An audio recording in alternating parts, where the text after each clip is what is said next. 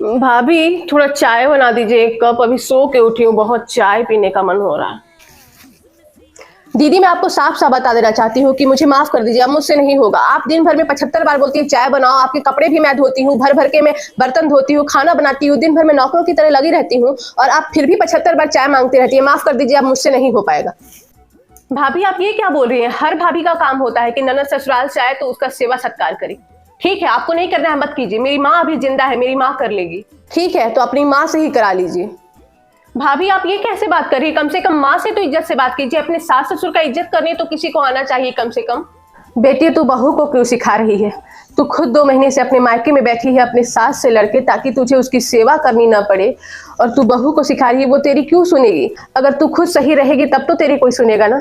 तू खुद अपने सास से लड़ती रहती है, मेरी बहू तो कम से कम मेरा सेवा करती है, मेरा कोई भी काम ये नहीं टालती, मैं जो बोलती हूँ वो करती है।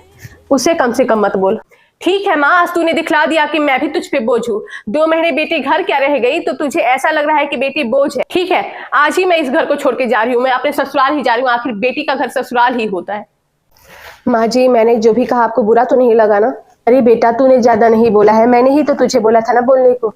ठीक है, नाराज है, थोड़ी देर में शांत हो जाएगी, अब अपने घर जाएगी, सब सही हो जाएगा। जरूरी था उसे भी समझाना बेटा, ऐसे परिवार नहीं चलता। अगर बेटी घर छोड़ के बार बार अपने मायके में बैठी रहे तो घर नहीं चल पाता बेटा। माँ जी अब दीदी को ज्यादा बुरा लग गया होगा, मैं चाय बना के ले आती हूँ।